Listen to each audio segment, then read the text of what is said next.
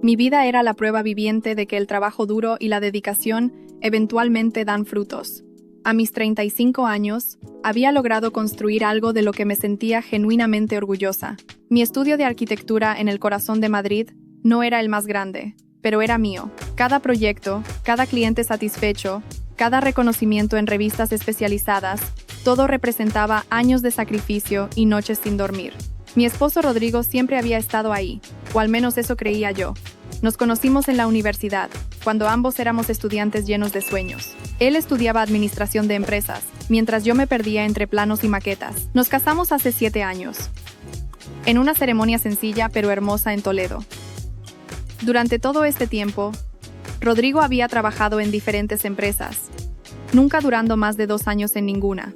Decía que buscaba su verdadera vocación, que quería encontrar algo que lo apasionara tanto como a mí me apasionaba la arquitectura. Hace 3 meses, recibí una llamada que cambiaría todo. Era de la firma arquitectónica más prestigiosa de Tailandia. Habían visto mi trabajo en una exposición internacional y querían que participara en un proyecto exclusivo, diseñar un complejo residencial de lujo en Phuket.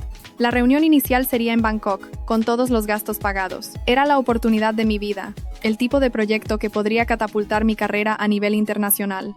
Cuando se lo conté a Rodrigo, su reacción fue de puro entusiasmo. Me abrazó fuerte y me dijo que estaba inmensamente orgulloso de mí. Esa noche, celebramos con una cena especial que él mismo preparó. Durante las semanas siguientes, él fue quien más me animó a aceptar el proyecto, insistiendo en que me merecía este reconocimiento. La semana antes del viaje, Rodrigo sugirió que fuéramos juntos. Podríamos aprovechar para tener unas pequeñas vacaciones después de mi reunión. Hacía años que no viajábamos juntos, siempre ocupados con el trabajo y las responsabilidades. La idea me pareció perfecta. Reservamos los boletos para un vuelo de Madrid a Bangkok, con una escala de 3 horas en Dubái.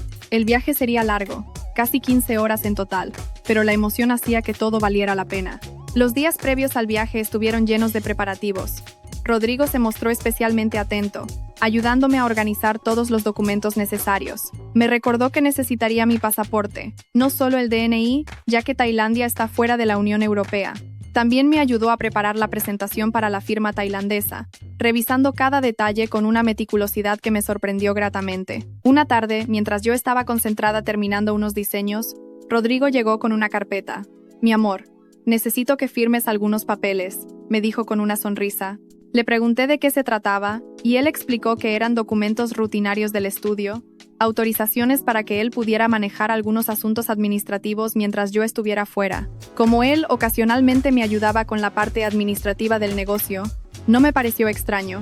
Confiaba en él completamente. Firmé los papeles sin leerlos con detenimiento, un error que pronto se convertiría en mi peor pesadilla.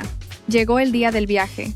Nos levantamos muy temprano, alrededor de las 4 de la mañana. El vuelo salía a las 7:30 desde el aeropuerto de Barajas. Rodrigo insistió en conducir él, diciendo que yo debía relajarme y conservar energía para las reuniones importantes que venían. Durante el trayecto al aeropuerto, conversamos sobre nuestros planes en Tailandia. Él parecía tan emocionado como yo, o al menos eso aparentaba. En el aeropuerto, todo transcurrió con normalidad.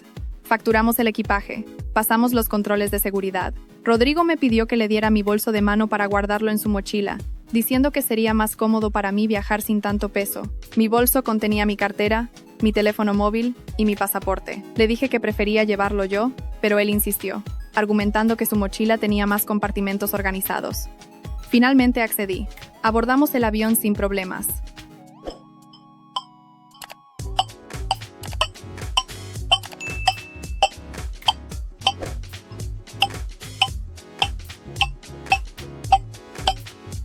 Rodrigo se durmió casi inmediatamente después del despegue, mientras yo aproveché para revisar una vez más mi presentación. Sentía una mezcla de nervios y emoción. Este proyecto podría cambiar mi vida profesional para siempre. Aterrizamos en Dubái alrededor de las 7 de la tarde, hora local. Teníamos 3 horas de escala antes del vuelo a Bangkok. El aeropuerto internacional de Dubái es inmenso, un laberinto de tiendas lujosas y restaurantes de todo el mundo. Rodrigo sugirió que aprovecháramos para cenar algo y estirar las piernas después de tantas horas sentados. Caminamos por el aeropuerto, admirando las tiendas. Rodrigo se mostró especialmente interesado en una tienda de electrónica. Me dijo que quería ver unos auriculares nuevos. Le pregunté si quería que lo acompañara. pero él insistió en que fuera a la librería que estaba justo al lado, sabiendo que me encantaba mirar libros de arquitectura. Dijo que nos veríamos en 15 minutos en la puerta de embarque. Pasaron 20 minutos, luego 30. Empecé a preocuparme. Fui a la tienda de electrónica, pero Rodrigo no estaba ahí. Recorrí los pasillos cercanos, buscándolo con la mirada entre la multitud de viajeros. Intenté llamarlo a su móvil, pero me di cuenta con horror de que mi teléfono estaba en mi bolso, el bolso que él llevaba en su mochila. El pánico comenzó a apoderarse de mí. Me dirigí a la puerta de embarque de nuestro vuelo a Bangkok. Faltaban 40 minutos para el abordaje. Rodrigo no estaba ahí. Esperé, mirando constantemente en todas direcciones. Cada minuto que pasaba aumentaba mi ansiedad. Le pedí prestado un teléfono a una señora que esperaba en la misma puerta. Marqué el número de Rodrigo. Sonó varias veces y luego fue directo al buzón de voz. Cuando faltaban 10 minutos para el abordaje, me acerqué a la empleada de la aerolínea en el mostrador. Le expliqué la situación con voz temblorosa. Ella me pidió mi pase de abordar y mi pasaporte para verificar. Ahí fue cuando la verdad me golpeó como un puñetazo en el estómago. Mi pasaporte estaba en mi bolso, el bolso que Rodrigo llevaba, el bolso que había desaparecido junto con él. Intenté explicarle a la empleada que mi esposo tenía mi pasaporte, que seguramente llegaría en cualquier momento. Ella me miró con una mezcla de lástima y profesionalismo. Me dijo que sin pasaporte no podría abordar el vuelo. Sugerí que hicieran un anuncio por megafonía buscando a Rodrigo. Accedieron. La voz resonó por todo el aeropuerto. Pasajero Rodrigo Mendoza. Diríjase a la puerta 27. Su vuelo está a punto de partir. Esperé conteniendo la respiración. Nada. El anuncio se repitió. Silencio. El vuelo cerró su abordaje. Las puertas se cerraron. Vi a través de los ventanales cómo el avión se alejaba hacia la pista de despegue. Mi vuelo a Bangkok, mi reunión, mi proyecto, todo se alejaba mientras yo permanecía paralizada en Dubái. Sin pasaporte, sin teléfono, sin dinero. Fue entonces cuando la realidad empezó a acomodarse en mi mente como las piezas de un rompecabezas macabro. Rodrigo no se había perdido. No había tenido un accidente. Esto había sido planeado. Él había tomado deliberadamente mi bolso con todo dentro.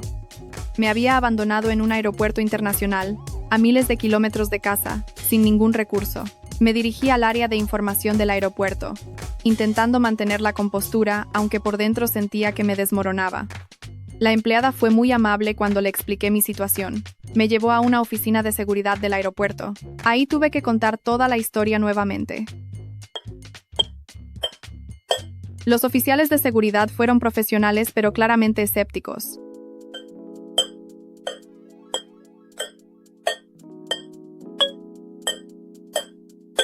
Me dijeron eran más comunes de lo que uno pensaría. Me ayudaron a contactar con la embajada española en Dubái.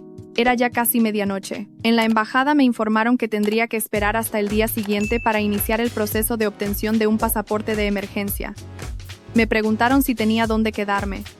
La verdad era que no tenía dinero, no tenía tarjetas de crédito, no tenía absolutamente nada más que la ropa que llevaba puesta. La trabajadora social de seguridad del aeropuerto me ofreció pasar la noche en una sala de espera para pasajeros en tránsito con problemas. No era cómoda, pero era un techo. Me dio también un vale para comida en la cafetería del aeropuerto. Esa noche fue la más larga de mi vida. No dormí ni un solo segundo. Mi mente no dejaba de darle vueltas a todo. ¿Cómo no había visto esto venir? ¿Cómo había podido confiar tan ciegamente? A la mañana siguiente, acudí a la embajada española. El proceso fue largo y burocrático. Mientras esperaba, finalmente pude usar una computadora para revisar mi correo electrónico. Lo que descubrí me dejó helada. Había varios correos de mi banco, todos marcados como urgentes. Mi cuenta principal había sido vaciada. Transferencias masivas a cuentas que no reconocía. Había otro correo de mi gestor, preguntando si estaba segura de querer vender el estudio. ¿Vender el estudio? Nunca había autorizado tal cosa. ¿O sí lo había hecho? Esos papeles que Rodrigo me había pedido firmar no eran autorizaciones administrativas rutinarias. Eran poderes notariales que le daban control total sobre mi negocio y mis cuentas bancarias.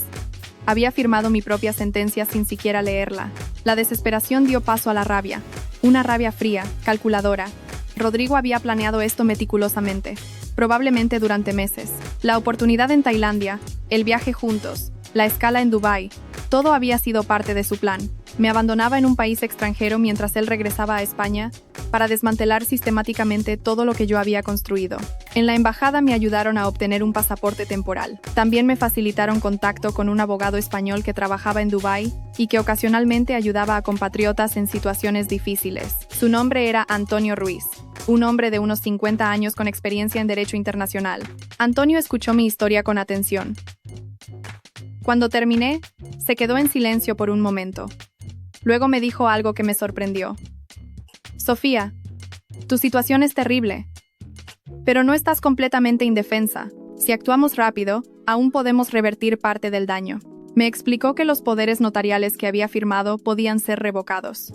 El problema era que tendríamos que hacerlo desde España. Me ofreció ayuda para contactar con un colega suyo en Madrid, una abogada especializada en derecho mercantil y casos de fraude familiar. Su nombre era Elena Vega. Con la ayuda de Antonio, logré comunicarme con Elena desde Dubái. Le expliqué toda la situación. Ella fue directa. Necesito que me envíes cualquier documento que tengas, cualquier comunicación con Rodrigo, todo. Y necesito que regreses a Madrid lo antes posible. Cada día que pasa, es un día más que él tiene para liquidar activos. Pero ahí estaba el problema. No tenía dinero para un boleto de regreso. Antonio me ofreció prestármelo, pero incluso conseguir un vuelo de regreso tardaría al menos otro día. Cada hora contaba. Fue entonces cuando recibí una llamada inesperada. Era Daniela, mi socia minoritaria en el estudio. Daniela era una joven arquitecta talentosa, a quien había contratado hace 2 años. Le había dado un pequeño porcentaje de participación en la empresa como inversión en su talento. Ella había visto los movimientos extraños en las cuentas de la empresa y había intentado contactarme sin éxito. Preocupada, había contratado por su cuenta a un investigador privado. Sofía, tienes que volver ahora mismo, me dijo con urgencia. Rodrigo ha estado vendiendo los proyectos del estudio a precios ridículos. Ya cerró la venta de 3 contratos importantes. Y hay más. Está intentando vender la oficina también. Daniela me ofreció pagarme el boleto de regreso. Dijo que lo consideraba una inversión en salvar nuestra empresa. Acepté, prometiéndome devolverle cada céntimo con intereses. 24 horas después de que Rodrigo me abandonara en Dubái, estaba en un avión de regreso a Madrid. Durante todo el vuelo, Elena y yo mantuvimos comunicación a través del correo electrónico del avión. Ella ya había comenzado a actuar. Había presentado una denuncia urgente ante el juzgado, solicitando la congelación inmediata de todas las cuentas y la suspensión temporal de los poderes notariales bajo sospecha de fraude y coacción. También había contactado a cada uno de mis clientes, informándoles de la situación y solicitándoles que no firmaran ningún documento con Rodrigo hasta que el asunto legal se resolviera. La mayoría de ellos conocían mi trabajo desde hace años y estuvieron dispuestos a esperar. Aterricé en Madrid 3 días después de haber partido. 3 días que se sintieron como 3 años. 3 días en los que mi vida entera había sido puesta de cabeza. Pero ahora estaba de vuelta, y estaba lista para luchar. Fui directamente desde el aeropuerto al despacho de Elena. Ella tenía buenas noticias. El juez había accedido a congelar temporalmente las cuentas hasta que se investigara el caso. Rodrigo no podría seguir transfiriendo dinero. Además, había logrado detener la venta de la oficina, argumentando que había sido realizada bajo poderes obtenidos fraudulentamente. Pero había más. Elena me mostró unos documentos que su investigador había descubierto. Rodrigo no había actuado solo. Tenía una cómplice, una mujer llamada Patricia, con quien aparentemente mantenía una relación desde hacía más de 1 año. Patricia era agente inmobiliaria. Juntos habían planeado no solo robarme el dinero, sino también quedarse con mi estudio de arquitectura, para convertirlo en una agencia inmobiliaria de lujo. El investigador había encontrado mensajes entre ellos donde discutían cada detalle del plan. ¿Cómo Rodrigo me convencería de firmar los papeles?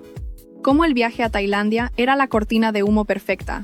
Incluso habían bromeado sobre dejarme varada en medio del desierto árabe. Cada palabra de esos mensajes era como un cuchillo clavándose en mi pecho. Elena preparó una demanda completa, no solo por fraude, sino también por apropiación indebida, falsificación de documentos y coerción. La evidencia era abrumadora. Los mensajes, las transferencias bancarias, los testimonios de personas que habían visto a Rodrigo con Patricia mucho antes del viaje. Cuando Rodrigo fue notificado de la demanda, su reacción fue exactamente lo que esperábamos: pánico. Había gastado ya una parte considerable del dinero robado. La casa que había comprado para él y Patricia estaba a nombre de ambos, pensando que yo nunca podría reclamar nada desde Tailandia o Dubái. No contaba con que yo lograría regresar tan rápido, ni con que tendría el apoyo legal y la evidencia necesaria para destruir su plan. El proceso legal fue largo y agotador. Hubo audiencias, testimonios, peritajes. Cada día traía nueva información que revelaba la profundidad de la traición de Rodrigo. No solo había planeado robarme económicamente, sino que había manipulado nuestro matrimonio durante al menos los últimos 2 años, todo mientras yo trabajaba incansablemente construyendo un futuro que él ya planeaba arrebatarme. 6 meses después del incidente en Dubái, llegó el fallo judicial. Rodrigo fue declarado culpable de fraude, apropiación indebida y abuso de confianza. Fue sentenciado a 4 años de prisión. Todas las transferencias fueron declaradas nulas. El dinero que aún quedaba en las cuentas a las que había transferido fue devuelto. La casa que había comprado fue embargada y vendida, y el dinero de esa venta también retornó a mi cuenta. Patricia también enfrentó cargos como cómplice. Su licencia como agente inmobiliaria fue revocada. La relación entre ambos, construida sobre la codicia y el engaño, no sobrevivió ni siquiera a la primera semana de investigación. Se culpaban mutuamente, cada uno intentando reducir su propia responsabilidad. En total, recuperé casi el 80% de lo que Rodrigo había robado. El otro 20% había sido gastado en lujos que ellos dos habían disfrutado brevemente, pensando que yo nunca regresaría para reclamarlo. Ese dinero estaba perdido, pero considerando lo cerca que estuve de perderlo todo, 80% era un milagro. Pero las cicatrices no eran solo financieras. La traición de Rodrigo me había cambiado profundamente. Ya no podía confiar con la misma facilidad. Cada vez que tenía que firmar un documento, lo leía 3 veces. Cada vez que alguien me pedía un favor que involucraba dinero o propiedades, mi mente inmediatamente buscaba posibles motivos ocultos. Con el tiempo, sin embargo, también encontré fortaleza en lo ocurrido. Había sobrevivido a lo peor. Había sido abandonada en un país extranjero, despojada de todo, y aún así había encontrado la manera de regresar y luchar. Esa experiencia me enseñó que era más fuerte de lo que nunca había imaginado. Daniela, quien había sido crucial en mi recuperación, se convirtió en una verdadera socia. Aumenté su participación en el estudio al 30%. Ella se lo había ganado con creces, no solo por su talento, sino por su lealtad cuando más lo necesité. Juntas, reconstruimos el estudio más fuerte que antes. También me acerqué más a Elena, la abogada. Ella me enseñó sobre finanzas personales, sobre protección de activos, sobre la importancia de la independencia económica incluso dentro del matrimonio. Con su ayuda, reestructuré completamente mis finanzas. Creé cuentas separadas. Puse propiedades a nombre de la empresa. Establecí protocolos que requerían múltiples firmas para transacciones importantes. Y tomé una decisión más. Comencé a dar charlas sobre mi experiencia. Al principio era doloroso, revivir esos momentos oscuros frente a extraños. Pero pronto, me di cuenta del impacto que tenían mis palabras. Mujeres me buscaban después de las charlas para contarme sus propias historias de abuso financiero, de parejas que controlaban su dinero, de familiares que abusaban de su confianza. Me di cuenta de que mi historia podía ser una advertencia, una luz en la oscuridad para otras personas que quizás estaban pasando por algo similar. Con el tiempo, estas charlas evolucionaron en algo más estructurado. Elena y yo, junto con un grupo de profesionales que incluía psicólogos, trabajadores sociales y expertos financieros, creamos un programa de talleres. No era una fundación tradicional, sino algo más práctico. Sesiones educativas sobre protección financiera, reconocimiento de señales de alerta en relaciones abusivas y pasos concretos para proteger el patrimonio personal. Los talleres tuvieron un éxito inesperado. Empresas nos invitaban para dar charlas a sus empleadas. Universidades nos pedían que habláramos con estudiantes de último año. Lo que había comenzado como mi tragedia personal se había transformado en una herramienta para empoderar a otros. En cuanto al proyecto en Tailandia, había asumido que lo había perdido. Pero la firma arquitectónica tailandesa había seguido mi caso a través de las noticias. 2 meses después del veredicto, recibí un correo electrónico de su director. Habían leído sobre mi batalla legal y mi perseverancia. Querían ofrecerme el proyecto nuevamente. Esta vez, viajaría con Daniela como mi socia, y con todos mis documentos financieros protegidos adecuadamente. Han pasado 2 años desde aquella fatídica escala en Dubái. Mi vida es completamente diferente ahora. Soy más cautelosa, sí, pero también más fuerte. Mi estudio está más exitoso que nunca. El proyecto en Tailandia fue un éxito rotundo, y nos abrió puertas en el mercado asiático. Rodrigo cumplió su sentencia y fue liberado hace 6 meses. No he vuelto a saber de él. El divorcio fue finalizado hace más de 1 año. Firmé esos papeles con una mezcla de alivio y tristeza. No tristeza por perderlo a él, sino tristeza por la ilusión que había perdido, por los años invertidos en una relación que resultó ser una mentira. Pero de esa tristeza también nació sabiduría. Aprendí que confiar no significa ser ingenua, que amar no significa renunciar a tu independencia, que compartir tu vida con alguien no requiere que pongas toda tu seguridad financiera en sus manos. Ahora, cuando miro hacia atrás, veo ese día en Dubái no como el final de mi vida, sino como el comienzo de una nueva. Una vida donde yo tengo el control, donde las decisiones sobre mi dinero, mi negocio y mi futuro son mías y solo mías. Una vida donde he aprendido que la verdadera fortaleza no viene de confiar ciegamente, sino de tener los ojos bien abiertos.